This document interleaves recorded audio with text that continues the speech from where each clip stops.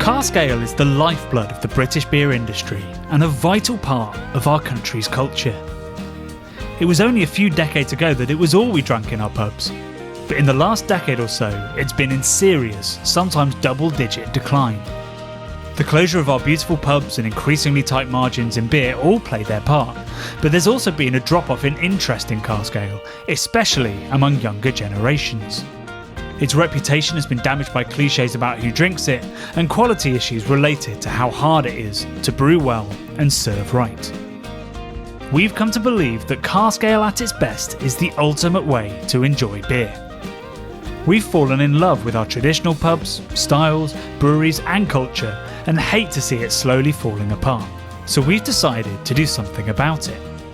3 years ago we made a 5-part documentary exploring the British cask ale scene, through its rich history and traditions to the modern challenges and opportunities it faces. Inspired but also concerned about its future, in the last episode we came up with an ambitious plan: to lead a campaign to get cask recognised by UNESCO as intangible heritage. Since then we've been working hard behind the scenes to gather support and lobby politicians and interest groups. But we've also been collecting the evidence we'll need to present to UNESCO when the time comes. Evidence in the form that we know best: film. So in association with some fantastic beer businesses, we're thrilled to present Series 2 of Keep Cask Alive.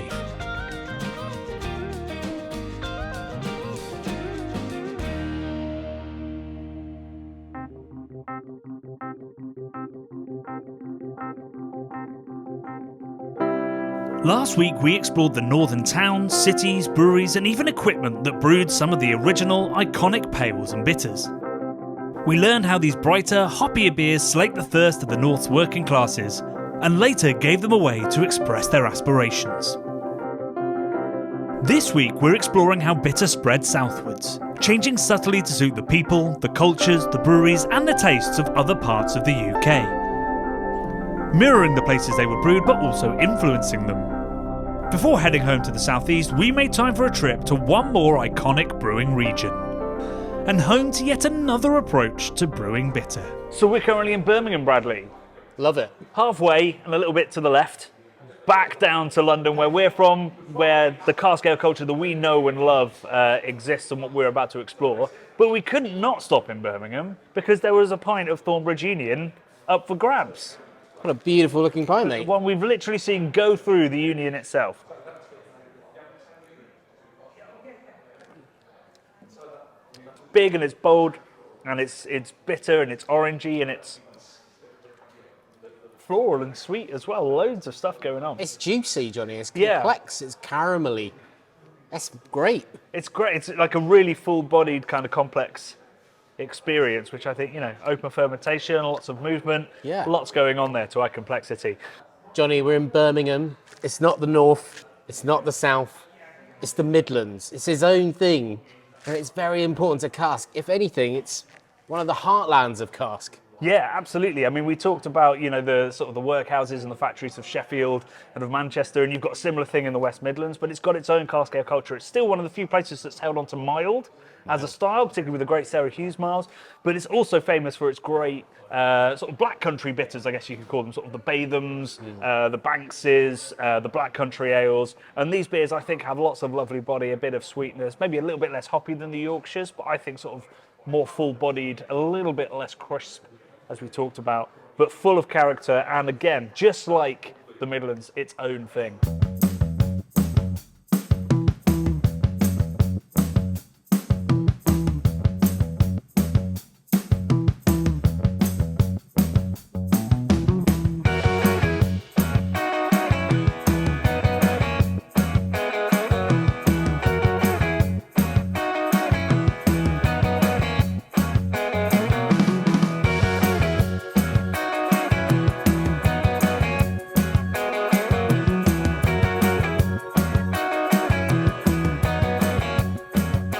So Brad and I are on our pub crawl of beautiful central Birmingham pubs, and of course we've come to the Craven Arms, owned by Black Country Ales and brewers of a really lovely fireside bitter which we've just been enjoying. But we didn't just find a lovely pint here, we found a perfect metaphor for what we're trying to do with this series. So this pub was once the heart of a community, but look what it's surrounded by now. absolutely nothing.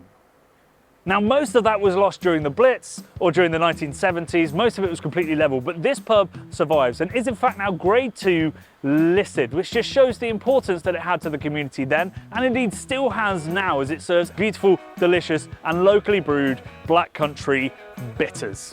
The fact that it survived when nothing else has, the fact that it's been listed now as one of the most important buildings in this area, just shows how important these pubs are. With a fire in our bellies and a few fireside bitters, we resumed our journey south. The North may have invented the bitter, but in a few days we were due to visit a brewery in a place so steeped in hop history that you could argue it's where the very idea of modern British brewing was conceived. Not only that, but it claims to be the UK's oldest brewery and has the country's only beer-related PGI. Before that though, we were headed to Brad's hometown, a place that was once the biggest brewing city in the world. During the 18th and 19th centuries, its beers were sent across the globe, and off the back of styles like porter and IPA, London was once home to several of the world's largest breweries. All the more surprising then that today there's just one functional historic brewery in the entire city. Fuller's is found on, and occasionally in, the Thames in West London. This iconic brewery is nearly 200 years old, and perhaps the best known cask ale brewery in the world, thanks to legendary beers like its flagship best bitter London Pride. But we're here to talk about its bigger brother, Fuller's ESB, a strong, dark red extra special bitter with notes of fruitcake, orange peel and orchard fruits.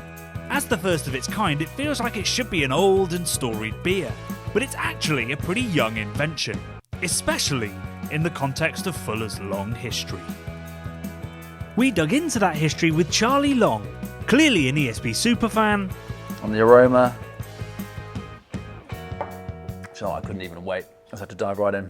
And just as importantly, Fuller's brewery team leader. So we're in what feels like the historical part of Fuller's. Is this sort of the original brewing site here? Yes, it is. And it's great that we still have a window into the past of how beer was made. Exactly the same process in terms of 2 mash tuns and 2 coppers. But yeah, this kit dates back to the early 1800s and was used up until the late 80s. My knowledge of Fuller, it was founded in the 1840s, right? 1845, yeah. But this sign says it was installed in 1823. So Fuller's itself has a shorter heritage than actual brewing on this site, right? It does. There was a brewery here before it, and I believe about 350 years of brewing on this site. Yeah. You know, if anything, Fuller's has gained more cultural significance recently because it is now the only surviving historic ale brewery in London. So hundreds of breweries have fallen by the wayside and Fuller's still stand. We are very forward thinking in terms of making sure that the beer styles have that nod to history but have the modern aspect to them as well. The people that over the last however many decades are always thinking, how can we stay current? How can we constantly invest in our equipment to make sure that we're making the best beer? So we are always forward thinking in that regard. But yeah, it does weigh a little heavy, and we just do the best we can to make sure that we make the best beer we can and we still stay relevant. But ESB is a relatively modern invention. In fact, I was trying to think about this. It's possibly like the last new style invented in Britain, really. There hasn't been a big style innovation in the UK since, like obviously in America and some other places. What's the story of ESB and when does it start? So ESB started in 1971 officially. Prior to that, it was another beer known by the name of Old Burton Ale. This was a nod to the strong ales that were coming out of Burton-upon-Trent at the time, and for whatever reason didn't really take off, so it was dialed back to become winter seasonal, called Old Winter Ale. That was highly successful. Funny what a name change can do. Yeah. So they re-released it as ESB in 1971, and yeah, the rest is history. And it is extra special, I think, because it does have a pretty different character to the other beers. Even the Golden Prides and the vintage ales above it, it has this unique, I think, sort of marmalade-y, toffee kind of thing that beers below and above don't have in such high regard. Is that? It feels like it's a heavier hopped beer maybe than the others. All the beers are treated slightly differently, and even if they weren't at the different gravity levels, you're going to get different interplay between the raw materials and fundamentally the yeast that's going to be producing different characteristics at the different strengths. For ESB, The Fuller's yeast really gives a lot of the marmalade-y notes at that strength, and those esters, which are those fruity notes that the yeast provide. As Charlie hints at, Fuller's yeast is a unique and beautiful thing with its own orangey flavour. But it's not the only thing that's unique about the beers that Fuller's make. They also employ an almost forgotten brewing method that can be more efficient than modern approaches, but more importantly imparts distinct differences in the beer's flavour and aroma. We've been to many breweries, thousands of breweries at this point in our journey, and they all look roughly similar. Nice 70s feel to this one. But while the tanks look pretty similar, you guys employ a pretty unusual process, right, in the way that you make your beers? Yes, we do. I mean, we are capable of brewing beer with the standard method of, if you're doing it through a mash tun, you'd have your mash tun and then your copper boiling vessel. But what we have here is we have 2 of each of those vessels, and that allows us to produce beer by a method called party gyle. If you're making a very strong beer, you often get left with a lot of the weak worts at the end, which you cannot use because you want to maintain that strong wort. With a party gyle, it allows you to make that strong beer, but then use those weak worts to produce other beers. So historically, we had a beer called Chiswick Bitter, mid 3% beer, and we could make that with the worts that were left. Almost sort of the leftovers from a stronger Exactly. beer. And historically, that would have been called a small beer as well. You know, the mid 2% beers. So I guess it's keeping that sort of historical element going. In really simple terms, party gyling means doing 2 mashes. The strongest, sugariest liquids of both are run off and boiled in one kettle, while the weaker second runnings are boiled in another.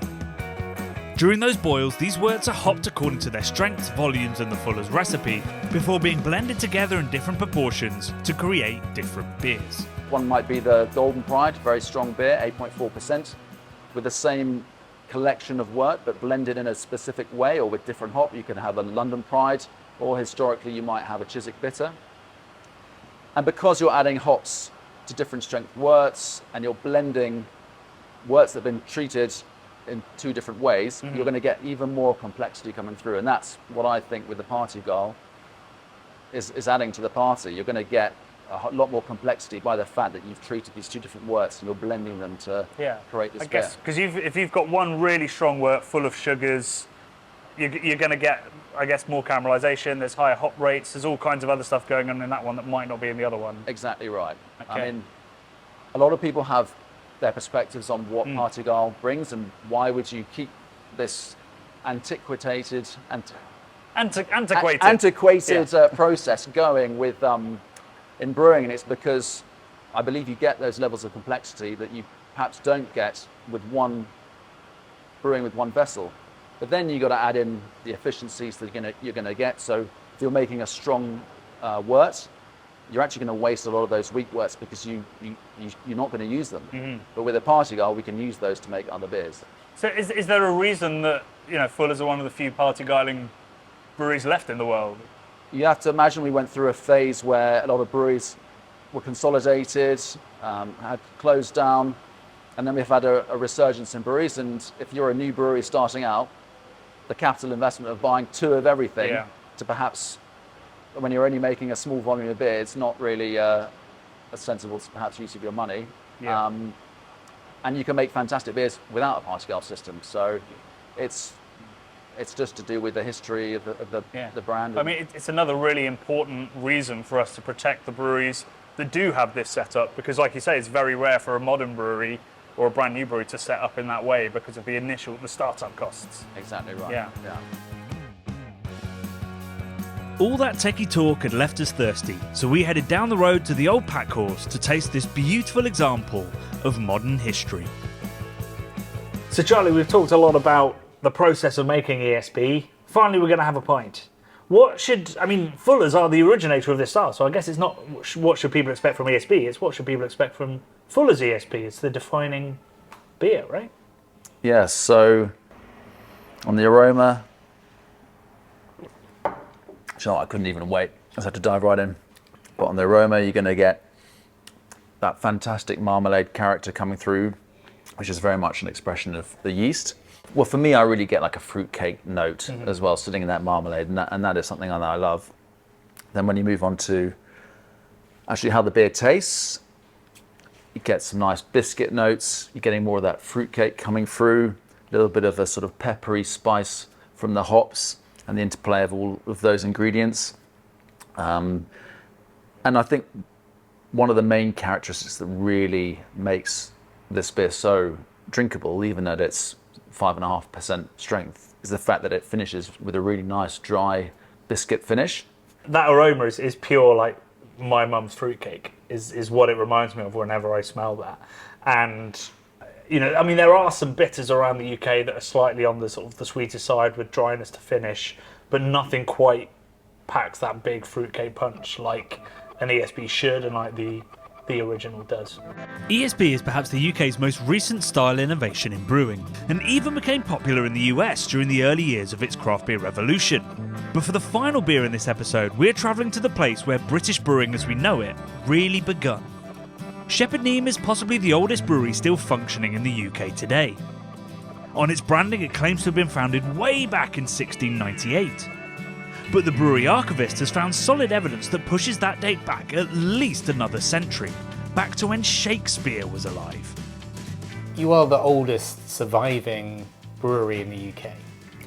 Yes. Can we talk a little bit about the date? Because it does say 1698 Yes. on the branding. I did not invent that date. There is no doubt at all that we have been on this site since at least 1573. This remarkable history, and indeed the remarkable history of Shepherd Neame's hometown of Faversham, has resulted in something so unique that it is in fact already protected.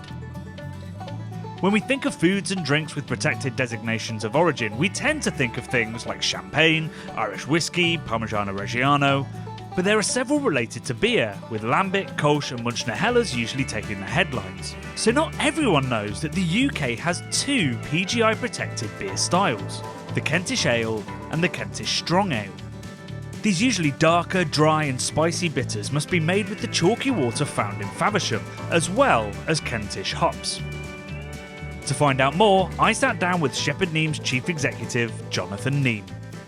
I've always known that 4 of your beers are sort of protected geographically, but until I started researching for this, the importance of that never really hit me, because we sort of waxed lyrical about, you know, Lambics and Munich Helles and Kolsch's all having these sort of designated origins.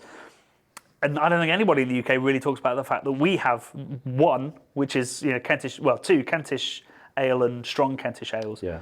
What's the sort of the definition of that, and how did that come about? It all really comes back to the hop heritage in this area and the use of hops and the use of water on this site. People have been drawing, as you would have heard, water from the centre of this brewery since 1573. The origins go way back to the Faversham Abbey, but this is also the home of the hop, Faversham, and that's really important to us. So the type of hops, the East Kent Goldings, etc., which have got their own PGI, interestingly, the type of hops that are grown here are very different from some of the hops that you'll get from Germany or overseas. Or even Hereford and Worcester, I guess. Or even, we don't talk about Hereford. But indeed, they are very different. But also, if you think way back into the history of beer, there were 2 types of beer. There was ale, which was the Old English tradition, which was using bog myrtle and other hedgerow herbs before hops. And then there was beer, which was with hops.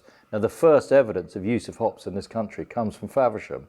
It's a boat that sunk in 970 AD and was discovered exactly 1,000 years later in 1970, and it had hop resin in it. And it was a trading boat going from here to northern France, and they're all collecting hops from that area that still has hops today, Hazebrook and Poperinghe. So, the first hop gardens in England that are registered, large hop gardens, were just across the road here, 1520.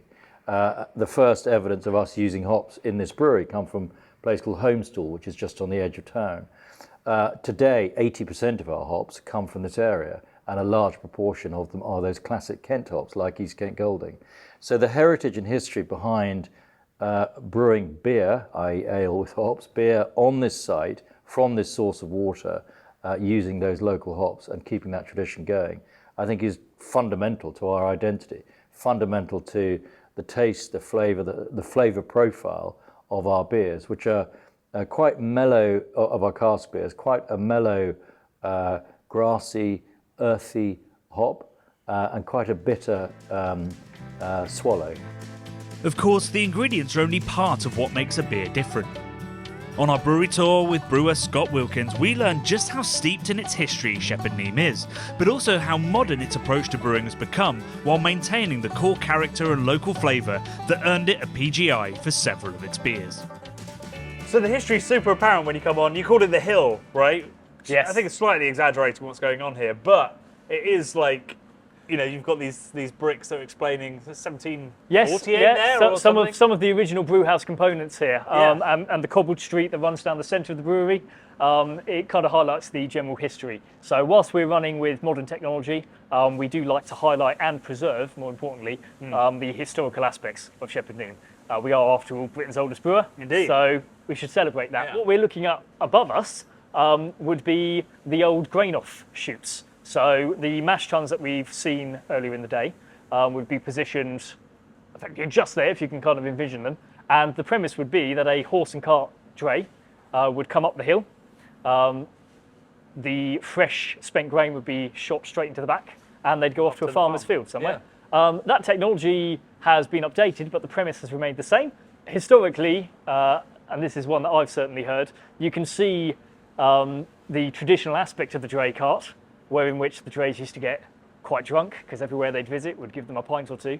So it's pretty much just the horse Horses leading. or the people? Oh, right. It's the Mainly the horses, sorry, people. but- Thank God for the dray horses. They knew the route, they knew where they were going. But you can certainly see the scrapes along the wall where the carts used Something's to been scraping. scrape along. The hill itself was once clearly the vein of the brewery. Alongside carts with deliveries and collections to the brew house, on the other side was the floor maltings, where barley was germinated and then dried, ready to brew with. On site, we also have the remnants of our malt kiln. It used to be all the way along here, with what is now my office down the bottom of the hill, up to this building here. So we'd have a traditional 4 maltings, and we're talking a good few hundred years ago. And you can still see the rafters inside the offices that kind of demonstrate where the floor maltings were. Right, yeah, nice. And it would all be malted and kilned on site with Kentish barley. Obviously, I don't think there's a brewery in England that still malts their own barley, purely on the basis of expense. Instead, we rely upon British producers like Crisp. What we have done, however, is keep the historical remnants of the kiln, and you can still see the tools inside, you can still see the char on the brickwork, where we used to make our own malt, ranging from ale all the way through to crystal. The maltings may be gone, but further down the hill and deep underground is the source of another vital ingredient in beer, and the reason why the brewery is where it is. Its use is also the first requirement for the PGI because of its unique character. So there's no well here? There is no well here. It's probably a good 100 or so feet below your feet. We have, and have always had, it's the main reason the site was chosen, way back when, by the original shepherds. Somewhere in and the Neames. 1500s or 1600s, possibly Yes, the 1100s. exactly. Was the water. There is a natural aquifer below our feet. It is still happily pumping out many, many, many meters cubed of water. It is filtered through chalk.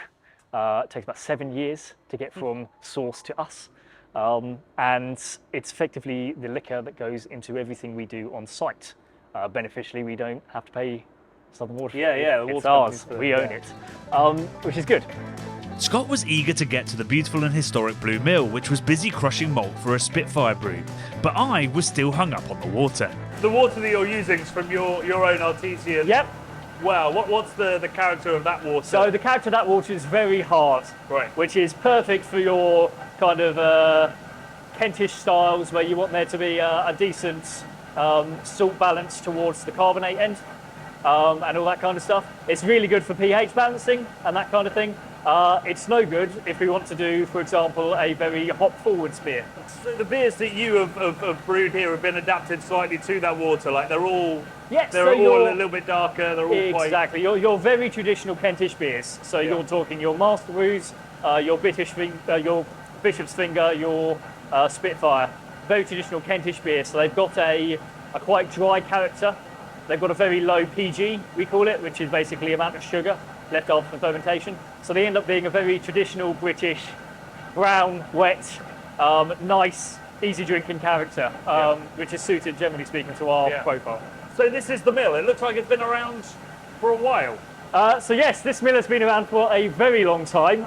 There's actually only one person in the country that can service this mill. I think I've got his phone number because it's usually like on a plaque on the mills. Yep. It's the same guy for every brewery. It is. You'll find a lot of the old English brewers typically have a mill like this. So it's a very age-old design. It's a roller mill. So effectively, what we have here is a screen going through the top, coming down into 2 sets of rollers that we can adjust the heights of, and that will crush our grain into different profiles. From there we headed to the beautiful mash tuns, which are a great metaphor for Shepherd Neame's approach of using technology to make its traditional beers more sustainable and delicious. So these beautiful things have some dates on them. So this is 110 years old. The original mash tuns are over 100 years old. These things used to be wooden, entirely wooden. Right, inside, outside. Yes, inside, outside. Very traditional mash tuns. We got them reconditioned, but you couldn't get rid of the old wood, so instead we clad them with the original wood. Yeah, I mean, it's a beautiful thing, isn't it? This is original. You'll also notice what we didn't replace was the mashing cannon, which is a one-of-a-kind. Cannon. Yes, mashing cannon, that's what we call it. Yeah. In general brewers' terms, it's a hydrator. So it's the exact same as any hydrator you'll have in any brewery. But other ones aren't copper. The other ones aren't copper and brass and, completely custom. An absolute nightmare if anything breaks on them because we have to get them specially made. But it's a great centerpiece. This one's obviously a bit dirty because we've been brewing today. Next we went round the corner to the coppers, which seemed to hum as the beers boiled within them. It's here where the Kentish hops are added, some of which are varieties that have grown in this area for centuries. This makes them the second requirement for the PGI status of some of the beers. So these big vibrating steamy things is where you're boiling? Yes, so as I mentioned earlier, we run 2 streams in the brewery. So we run a mash ton stream and a lauter ton stream. Both of them end up in 2 separate coppers, depending on the stream, copper 1, copper 2. Generally speaking, we're talking standard brewing practice. We're boiling for around about 30 to 45 minutes, depending on what beer we're doing. A little bit short, like the cliche is an hour, right? And you guys. That's a microbrewing cliche. You'll find most of the bigger brewers tend to, because we've got incredibly efficient heating processes, we can reach a rolling boil very quickly. Finally, we headed to the cellar, or the tun room as it's known at Shepherd Neame, where the beers go to ferment and the brewery's historic yeast is propagated from slides that are cryogenically frozen at a yeast bank. This forms the final requirement for the PGI, and in combination with the local hops results in a dry, spicy flavour that pervades all of Shepherd Neame's beers.